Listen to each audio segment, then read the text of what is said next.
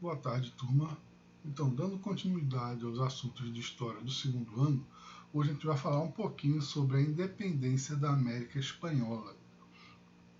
Vamos entender como aconteceu esse processo, lembrando que a gente já falou um pouco sobre a independência dos Estados Unidos, que faz parte da América e que acaba contribuindo para o processo de independência de todas as regiões da América Latina, né? Assim como também contribui no processo revolucionário da França, mas também serviu de base para vários processos de independência da própria América Latina.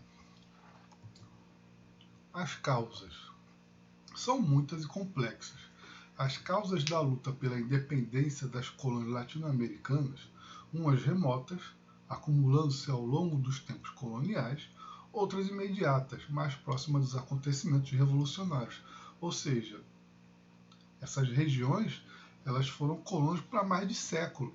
Então, existiam várias razões que levariam a esse processo, né, no decorrer de todo esse período, assim como também acontecimentos, né, mais radicais, mais incisivos, que aconteceram já próximos ao processo revolucionário, né?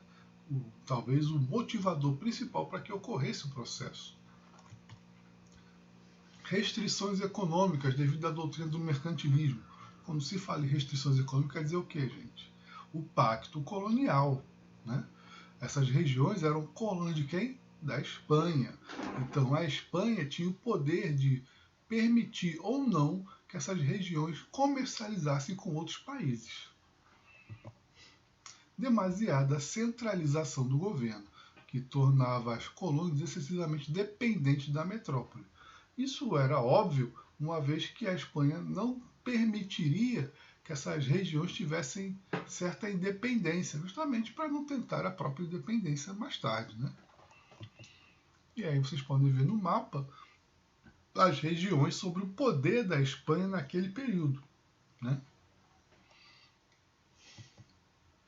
A divisão social. Aí nós vamos ver a pirâmide social, como estava funcionando naquela região dominada pela Espanha dentro da América Latina. A estruturação da sociedade em função das diferenças raciais. O grupo mais privilegiado era o dos espanhóis peninsulares, ou seja, os que nasceram na Espanha e estavam morando na América Latina, na América Espanhola. Eram chamados de chapetones, que ocupavam os altos cargos do governo civil, religioso e militar. Abaixo dos chapetones nós temos os crioulos, que são descendentes puros de espanhóis, nascidos nas colônias, eram donos dos principais latifúndios e das minas, né? Ou seja, são espanhóis que nasceram na colônia. Por sua situação economicamente forte e alto nível cultural, essa classe aspirava ao domínio político de suas nações, com a eliminação dos peninsulares. Quando ele fala peninsulares, ele está falando dos espanhóis que vieram da Espanha e dominavam toda a administração da colônia, né? Havia ainda um grande número de mestiços, resultantes da mistura de diversas raças aqui existentes. Sem nenhum direito no início, iam pouco a pouco ascendendo, ou seja, subindo de nível. O grupo mais oprimido da população era formado pelos índios, expulsos de suas terras e submetidos política e economicamente aos conquistadores. Em algumas regiões, concentravam-se núcleos de escravos negros. Esse aí, justamente, o que está mais abaixo da pirâmide social, né? Que também viviam em péssimas condições. E como vocês podem ver na gravura, né, como funcionava justamente essa organização social, né? Chapetones em primeiro, seguido pelos crioulos, depois os mestiços e, por fim, os indígenas e, lá embaixo, os escravos. Fatores externos. Isso quer dizer o quê, gente? As motivações, né, que vieram de fora da colônia, né, que fizeram com que os próprios colonos eles começassem a iniciar o processo de revolução, né? E aí nós podemos destacar as ideias liberais do século XVIII, as doutrinas do iluminismo, que nós já vimos, e dos enciclopedistas.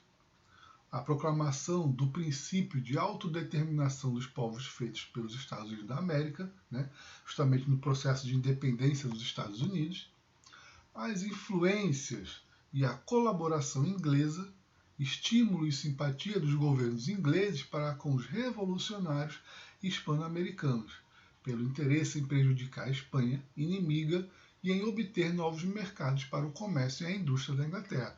O texto ele já explica tudo. Por que a Inglaterra vai apoiar os hispano-americanos? Justamente por uma questão comercial, né? A Espanha era uma das principais concorrentes da Inglaterra. E fazer com que a Espanha perdesse essas colônias tanto enfraquecia a própria Espanha, quanto fortalecia a Inglaterra, porque teriam novos mercados para negociar livremente. A Revolução Francesa, né, como já tinha falado no início, contribuiu, né, para poder iniciar o processo revolucionário dentro da América Latina. A invasão da Espanha pelas tropas napoleônicas em 1808. Né? Justamente a invasão da Espanha pela França, de Napoleão, vai fazer com que a Espanha se enfraqueça, permitindo então que as colônias da América Latina elas pudessem iniciar o processo revolucionário. E aí está uma gravura mostrando justamente a invasão da França de Napoleão no território espanhol. E aí mais embaixo uma gravura do próprio Napoleão. Antecedentes, né? E aí nós podemos começar a ver revoltas que se iniciaram, né, nas regiões da América Latina e que vão dar a base para o processo revolucionário, como o que aconteceu no Peru, a rebelião indígena de Tupac Amaru, índio das zonas minerais, em 1780. Em Nova Granada, rebelião crioula dos comuneiros, gente comum do povo, contra os aumentos dos impostos em 1781. No Chile, conjuntura para estabelecer uma república independente, influência do pensamento enciclopedista. Em Caracas, conspiração em prol da liberdade venezuelana e da proclamação da república. Os conjurados foram descobertos e presos, e 45 deles foram executados. E no México, duas tramas revolucionárias e republicanas, 1794 e 1797. Então, todas essas revoltas, todos esses processos, né, de tentativa de formação de uma república, de um Estado independente, né, deram as bases para se iniciar o processo de independência propriamente dita dessas regiões, né, juntamente com as influências externas e com as causas que motivaram, nós vamos ter uma série de independências dentro da América Latina. E aí na gravura nós temos justamente a imagem de Tupac Amaru, né, líder revolucionário do Peru. Independência do México. No México, em 1810, explode uma violenta rebelião. Na cidadezinha de Dolores, a insurreição foi de início encabeçada por Dom Miguel Hidalgo, e dela participavam muitos índios e mestiços. Contudo, em 1811, Dom Miguel Hidalgo é derrotado e executado. Só que o processo não parou, minha gente. A rebelião continua sob o comando de outro sacerdote, o padre José Maria Morelos, que também cai prisioneiro e é executado em 1815. O movimento se mantém apenas no sul da Nova Espanha, encabeçado por Vicente Guerreiro. Depois de várias outras tentativas frustradas, Agustín Iturbide, em 1821, proclama a independência mexicana. Um ano depois, proclama-se imperador. O curioso é que isso só teria acontecido no Brasil, né? Mas no México houve uma tentativa de formar uma monarquia também, mas ela não teve muito êxito. Afinal de contas, ele foi derrotado pelos republicanos, que o fizeram fugir para a Europa. Tendo voltado ao México para tentar recuperar o poder, ele é preso, condenado e fuzilado, pouco depois de seu desembarque, em 1824. No mesmo ano, 4 de outubro de 1824, proclama-se a Constituição da República do México.